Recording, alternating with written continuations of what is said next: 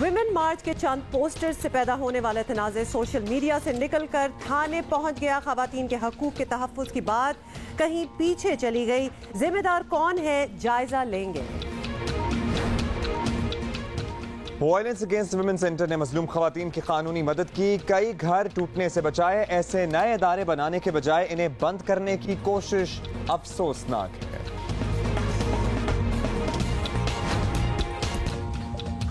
ابھی وہ ایشو جس پہ ہم بارہا بات کر رہے ہیں اور کل جس کا ہم نے تذکرہ چھیڑا تھا، ویسے تو عورت مارچ کے بعد جو ہے ہم نے اوائڈ کیا تھا اس کنٹروورسی میں پڑھنے سے، لیکن سوشل میڈیا پہ اور ٹویٹر پہ اور فیس بک پہ تو ایک عجیب ہی صورتحال پیدا ہو گئی۔ کوئی مرد مارچ کر رہا ہے تو کوئی فتوے جاری کر رہا ہے تو کوئی کچھ کر رہا ہے۔ عجیب و غریب، مطلب ایک مارچ کیا کر لی، پرابلم ہی پڑ گئی ادھر، تو we let it rest a little bit and see کہ کس طرح چیزیں ڈیولپ ہو رہی ہیں۔ اپیرنٹلی جس طرح کہ آپ کو ٹاپ سٹوری میں بتایا کہ اب وہ مارچ تک بات نہیں رہی، وہ بات بالکل باہر نکل چکی ہے۔ اور کیا ہو رہا ہے آپ کو بتا دیں، خواتین کے عالمی دن پر ہونے والے ویمنز مارچ کے چند پوسٹر سے تنازع پیدا ہو گیا۔ خاص طور پر سوشل میڈیا پر تو حمایت اور مخالفت میں باقاعدہ جنگ سی چھڑ گئی، اور حمایت اور مخالفت میں بات کرنے والے دونوں ہی اپنی حدوں سے نکل گئے۔ ایسا لگا جیسے خواتین مارچ کا اصل مقصد کہیں پیچھے رہ گیا ہو، اور دو طرفہ بحث کی یہ گونج اب سوشل میڈیا سے نکل کر تھانے کچہری تک پہنچ گئی ہے۔ آپ کو بتائیں کہ جماعت اسلامی کے رکن سندھ اسمبلی سید عبدالرشید نے خواتین مارچ کے آرگنائزرز کے خلاف آرٹلری میدان تھانے میں درخواست جمع کروا دی۔ عبداللہ اب آپ یہ ذرا دیکھیں، اندازہ لگائیں، ویسے اس کی توقع نہیں تھی لیکن اب یہ بھی ہونے جا رہا ہے۔ درخواست میں موقف اختیار کیا گیا ہے کہ ویمن مارچ میں خواتین کے حقوق کے لیے کوئی بات نہیں کی گئی، اسلامی اقدار کا مذاق اڑایا گیا، اس لیے مارچ کے منتظمین کے خلاف کارروائی کی جائے۔ تو یہ تو ہے سید عبدالرشید صاحب کا موقف، جو رکن سندھ اسمبلی ہیں جماعت اسلامی سے، جو ہم اسٹوڈیوز میں جوائن کریں گے۔ لیکن عبداللہ بات تھوڑی سی ان کو جوائن کرنے سے پہلے ہم ذرا بات تھوڑی سی یہ کر لیں کہ یہ ایک مارچ تھی جس میں خواتین کے جو پرابلمز تھے، جو ایشوز تھے، ان کو ہائی لائٹ کیا گیا، اور اگر تو اس کے بارے میں بات ہو تو I think that would be a success of a march, کیونکہ وہ چاہتے یہ ہیں کہ اس بات کی ڈیبیٹ ہو، لڑائیاں مت ہوں لیکن ایٹ لیسٹ ڈیبیٹ تو ہو۔ اگر یہ ساری باتیں سامنے آ رہی ہیں، یہ مسئلے کتنے دہائیوں کے ہوں گے، صدیوں کے ہوں گے، I would say not even دہائیاں۔ میرا یہ خیال ہے کہ اگر ہم اسے کاؤنٹر کرتے کرتے ایک حد سے آگے بڑھیں گے، مردوں کی بات کر رہا ہوں، تو خواتین کو یہ کہنے کا موقع مل جائے گا کہ دیکھیے ہم تو اسی لیے چیخیں مارتے تھے، یا ہم تو اسی لیے دہائیاں دیتے تھے، یا ہم اسی لیے سڑکوں پہ آتے ہیں کیونکہ آپ لوگوں کا ریاکشن، ایسے مرد حضرات کی بات کرتے ہوئے، مردوں کا ریاکشن یہ ہوتا ہے جب ہم آواز اٹھانے کی کوشش کرتے ہیں۔ تو اسی پہ ذرا ہم دو مہمانوں سے بات کریں گے۔ بیک وقت ہمارے ساتھ موجود ہوں گی طوبہ سید، جو کہ آرگنائزر رہی ہیں، اسلام آباد سے ہمیں جوائن کر رہی ہیں عورت مارچ کی، اور کراچی میں ہمیں جوائن کیا ہے سید عبدالرشید صاحب نے۔ آل رائٹ، سب سے پہلے تو خوش آمدید کہیں گے عبدالرشید صاحب کو، ویلکم ٹو جیو پاکستان سر۔ عبدالرشید صاحب، آپ نے آرٹلری میدان تھانے میں شکایت بھی درج کی ہے۔ Tooba, welcome to the show as well. Abdul Rashid sahib, آپ سے بھی جاننا چاہیں گے سب سے پہلے تو ہم، طوبہ آپ کو بھی بعد میں شامل کریں گے، کہ کیا آپ کو لگا جو اس میں مناسب نہیں تھی یا غیر مناسب تھی بات، یا کیا احساسات اور جذبات آپ کے مجروح ہوئے کہ آپ ڈائریکٹ تھانے ہی پہنچ گئے؟ بسم اللہ الرحمن الرحیم، بہت شکریہ آپ نے اس ایشو پر جو ہے وہ ہمارا موقف لیا ہے۔ اس وقت جو 8 مارچ کو جو کچھ ہوا ہے، یہ بہرحال عورت کے حقوق کے نام پر عورت کی تضحیک کی گئی ہے۔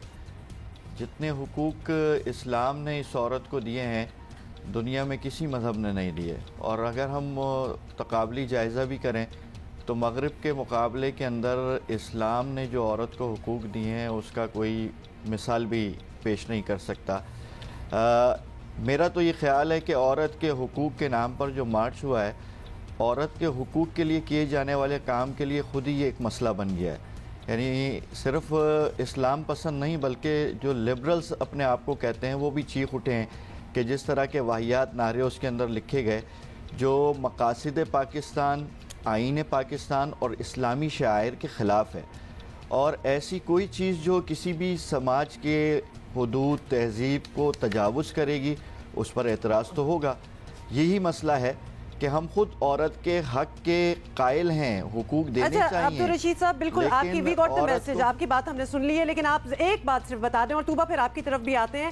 آپ بتائیں کہ ادھر قانون کہاں ٹوٹا ہے؟ اگر آپ ایف آئی آر کٹوانے کا آپ نے کٹوا دیے, آپ ایف آئی آر کا سوچ رہے ہیں, اور آپ نے بڑی ایک لمبی فہرست دی ہے کہ کیا کیا ہوا ہے کیا کیا نہیں, قانون کہاں توڑا ہے؟ دیکھیں آرٹیکل 295A کہ مذہبی رجحانات کی تضحیک اور جذبات کو مجروح کرنا یہ ایک بہت بڑا مسئلہ ہے.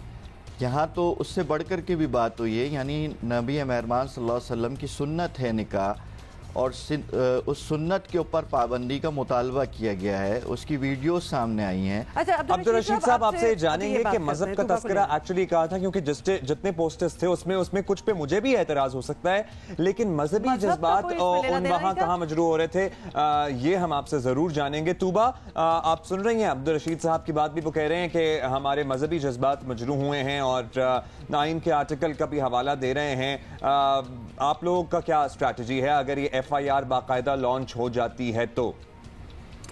آئی تھنک ایف آئی آر جہاں تک لانچ کرنے کا سوال ہے, یہ تو مجھے تو ذاتی طور پہ بہت حیرت ہوئی ہے اس بات پہ کہ آئی مین نن آف دی آرگنائزرز, الحمدللہ I am a Muslim my self, لیکن یہ اچانک سے اس کو ایک مذہب کا مسئلہ بنا دینا, اور یہ پہلی دفعہ نہیں ہے, یہ کئی دفعہ ہو چکا ہے کہ جب بھی عورتیں آواز اٹھاتی ہیں اور آئینہ دکھاتی ہیں سماج کو, تو ان پہ ہمیشہ کبھی مذہب کا کے نام پہ, کبھی کلچر کے نام کے اوپر ان کو سائلنس کرانے کی کوشش کی جاتی ہے. اور آئی تھنک کام اس طرح نہیں چل سکتا, ہمیں جینوئن گریونسز کو ایڈریس کرنا پڑے گا, ہمیں باہمی مشاورت سے کہیں بیٹھ کے بات. اچھا طوبہ آپ سے ایک بات جاننا چاہیں گے, آپ یہ ایگری کرتی ہیں کہ کچھ پوسٹرز ایسے تھے جو لوگوں کو افینڈ کر رہے تھے یا کر سکتے تھے؟ Would you agree to that? کچھ پوسٹرز, کچھ کی بات کر رہا ہوں, ظاہر ہے کر رہے تھے کیونکہ آپ کو نظر آ رہا ہے کہ وہ افینڈ ہوئے, لیکن اس کی وجوہات ناٹ نیسسریلی پوسٹر کے مواد سے جڑی ہیں, بلکہ اس بات سے جڑی ہیں کہ ہمارے معاشرے کو عمومی طور پہ ایک عادت پڑ گئی ہے کہ عورت ایک وکٹم کے روپ میں ہی نظر آئے. The moment she switches from that role, that is unacceptable for us. We are looking for perfect victims. اور یہ جس قسم کی بھی کرٹیسزم آ رہا ہے وہ تو میئر ڈسٹریکشنز لگ رہی ہیں مجھے ذاتی طور پہ, کیونکہ مجھے ابھی بھی ایک بھی coming from a good place criticism نظر نہیں آیا. مجھے صرف ڈسٹریکٹ کرنے کے لیے, ایک انٹیمیڈیشن, ہراسمنٹ کرنے کے لیے criticism نظر آ رہا ہے. There is no genuine engagement on this. To put what you're saying into perspective, actually problem تب آئی ہے جو کہ offensive جو لوگ کہہ رہے ہیں, جو posters تھے جو کہ اصل چیزیں ہیں, لیکن اب وہ سارے عام کھل کے اس کے بارے میں بات ہو رہی ہے. شاید لوگ اوفینڈ جو ہیں وہ اس لیے ہو رہے ہیں, یا تو وہ چیزیں نہ ہوتی ہوں تو آپ پوسٹر پہ نہ لگائیں, لیکن مقصد کوئی بھی مارچ کا, اس قسم کی پروٹیسٹ یا مارچ کا مقصد یہ ہوتا ہے کہ آپ ایسی باتیں کریں کہ اگلا آپ سے بات کرنے کو راضی ہو, کچھ چیزیں ڈیبیٹ میں آئیں. عبدالرشید صاحب, عورت کی تضحیک کا آپ بار بار ذکر کر رہے ہیں, آپ کو یہ سینس یا فیلنگ, معذرت کے ساتھ چونکہ آپ عورت نہیں ہیں, تو آپ کو یہ کیسے احساس ہوا کہ شاید عورت کی انسلٹ ہو رہی ہے؟ اس میں عورتیں ہی تو ہیں وہ پوسٹر نکال رہی ہیں, ان کی فیلنگز ہیں ان کو نکالنے دیں, آپ کو کیا ہے اس میں؟ دیکھیں کسی بھی معاشرے کے اندر جو ہے نا کچھ باؤنڈریز ہوتی ہیں, اور ہم جس دین سے تعلق رکھتے ہیں اس کے اندر بہت سارے اصول طے کر دیے گئے ہیں عورت کے لیے اور مرد کے لیے. میں تو یہ کہتا ہوں کہ عورت کو پستی سے نکال کر کے اسلام نے بلندی کی طرف لیا. عورتوں کو تو زندہ دفن کر دیا جاتا تھا, اسلام نے اس کو ماں, بیٹی, بیوی کی جو ہے وہ حقوق کے ساتھ اس کی اقدار میں اضافہ کیا, اس کو احترام دیا. میرے نبی نے تو یہ فرمایا کہ جو 2 بیٹیوں کی کفالت کرے گا, انگلیوں کو اشارے جوڑ کر کے, وہ جنت میں میرے برابر میں اس طرح موجود ہوگا. اچھا یہاں نہیں میں آپ کو بتاؤں, آپ نے جو بات کی ہے, نہیں آپ نے بات کی کہ آفینسو, نہیں مذہب کی بات ہوگی نہیں سر, سوری, آپ چونکہ بار بار آپ یہ کہہ رہے ہیں آپ ون سائیڈڈ لے کے جانا چاہ رہی ہیں, جو مقاصد ہیں وہ تو بیان ہو گیا, آپ آفینسو کی بات کر رہے ہیں. دیکھیں اسلام نے تو یہ طے کیا, میں آپ کو بتاؤں, دیکھیں آئین کے مطابق پاکستان چلے گا, آئین سے متصادم کوئی چیز اس پاکستان کے اندر نہیں چلے گی. میں آپ کو بتاؤں کہ مذہب تو یہ کہتا ہے کہ, میں آپ کو یہ بتا رہا ہوں کہ دیکھیں جس طرح یہ سوال کیا گیا ہے کہ یہ میرا جسم میری مرضی, ہم جو خودکش حملہ ہوتے ہیں پاکستان کے اندر ہوتے رہے, جس کو ہم نے دیکھا, ان کا بھی دعویٰ یہی تھا کہ میرا جسم میری مرضی, غلط تھا, ہم اس کی مذمت کرتے ہیں. آپ کے جسم کا ایک رواں بھی آپ کی ملکیت نہیں ہے. اس کے لیے اللہ تعالیٰ نے حدود بیان کر دی. دوسری بات, آپ آفینسو ہونے کی بات کر رہے ہیں. آفینسو تو اس وقت میں کہتا ہوں کہ آج یہ لوگ کھڑے ہو گئے چند لوگ اور وہ اس طرح کی بات کریں, کل کچھ لوگ کھڑے ہو جائیں کہ جی چوری کرنے پر عبدالرشید صاحب چوری کرنے پر ہاتھ کاٹنے چاہیے, نماز پڑھنے پر کوڑے مارنے چاہیے. تو رولز کے مطابق پاکستان چلے گا. اگر ان کے ساتھ, ان خواتین کے ساتھ, اور یہ کوئی 10-15 نہیں ہے, ہزاروں لاکھوں کی بات ہو رہی ہے, اگر ان کے ساتھ ایسا ہوا ہے اور اگر وہ پروٹیسٹ کرنے کے لیے یہی ان کو ایک راستہ ملا ہے تو کیا پرابلم ہے؟ عبدالرشید صاحب اچھا ایک منٹ میری بات سنیے گا. عبدالرشید صاحب آپ کچھ باتوں سے اتفاق کریں گے, جیسے کہ مجھے بھی شاید کچھ باتوں سے اعتراض ہے, لیکن مجھے اس بات سے اعتراض نہیں ہے کہ بیٹی دل میں لیکن بیٹی ول میں بھی. اس اسلامی معاشرے میں بیٹیوں کو جائیداد میں کتنے حقوق دیے جاتے ہیں, اس سے آپ بھی واقف ہیں, اس سے میں بھی واقف ہوں. اور زبردستی کی شادیاں, ان کے بعد ان زبردستی کی شادیوں کو چلانے کے لیے زبردستی کا پریشر, کیونکہ ہمارا معاشرہ اجازت نہیں دیتا, ہم نے گھر سے جانا ہے تو گھر سے نکلنا نہیں ہے. یہ ساری آزادیاں ہمیں مذہب نے تو دی ہوئی ہیں, لیکن یہ شاید سوسائٹل پریشر زیادہ ہیں. پروبیبلی آپ بھی اس کی زد میں آ گئے. آپ مجھے سچے دل سے بات بتائیے گا, کچھ باتیں ٹھیک تھیں ان لوگوں کی؟ دیکھیں اس میں اگر عورت کے اس مارچ میں, یعنی مجھے تو یہ چیز کھٹک رہی کہ بیک وقت ایک ہی پوسٹر مختلف شہروں میں کچھ خواتین لے کے کھڑی ہو گئیں. ہم اس کے حق میں, ہم نے تو اپنے منشور میں بھی یہ بات شامل کی کہ اگر انتخابات کا ضابطہ بنتا ہے, جو اپنی بہن کو جائیداد میں وراثت میں حصہ نہیں دیتا اس کو نائل قرار دے دینا چاہیے. دیکھیں اسلام نے تو ساری چیزیں دی ہیں, لیکن جز کو کل پر حاوی نہیں کیا جا سکتا. میں آپ کو بتاؤں کہ اس مارچ کے اندر لیاری سے بھی کچھ خواتین آئیں جن کو یہ کہہ کر کے لایا گیا کہ وہاں راشن دیا جائے گا.